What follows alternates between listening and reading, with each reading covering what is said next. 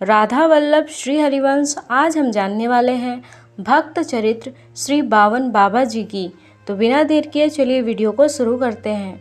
काशी से उत्तर चलकर कुछ दूर के पश्चात श्री गंगा जी पश्चिम को होकर बही है। यहीं पर सबसे लंबा गंगा जी का पश्चिम मुख प्रवाह है। पश्चिम वाहिनी धारा के मोड़ पर बलुआ नामक बाजार है। गंगा जी के उत्तर तट पर बाजार से 2-3 फलाग पर कुछ पेड़ों के झुरमुट हैं। एक नाला है, छोटा सा जंगल जैसा बन गया है। बड़ा सुरम्य स्थान है। यहाँ से लगभग 2 मील पर कैथी नाम का ग्राम है।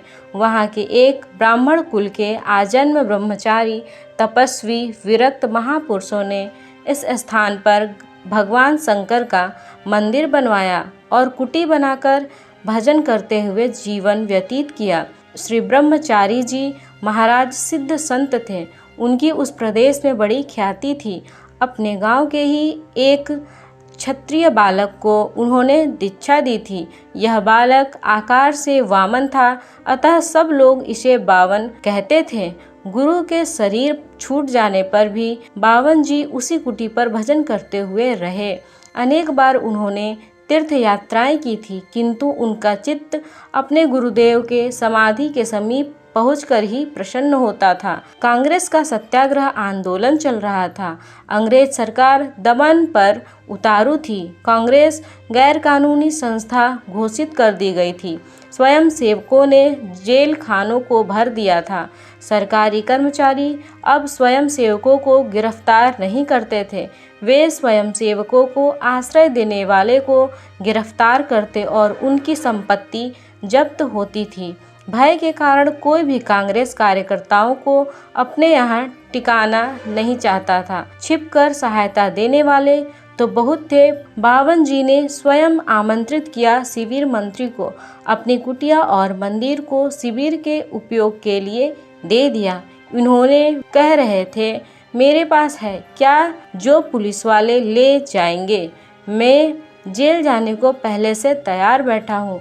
मंत्री ने कहा, हम लोग सत्याग्रह करके गांजा भांग बंद कर रहे हैं। आप इन दोनों का सेवन करते हैं, अतएव यहाँ शिविर कैसे बनाया जा सकता है।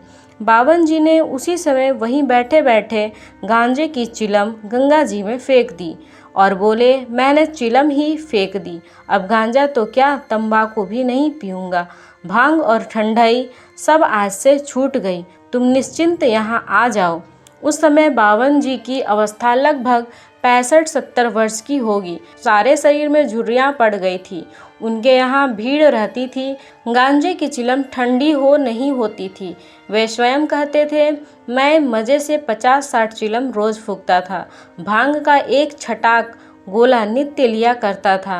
नशे का इतना अधिक जो सेवन करता रहा हो, वह वृद्धावस्था में एक क्षण में सब छोड़ दे, यह बड़े ही दृढ़ संकल्प की बात थी।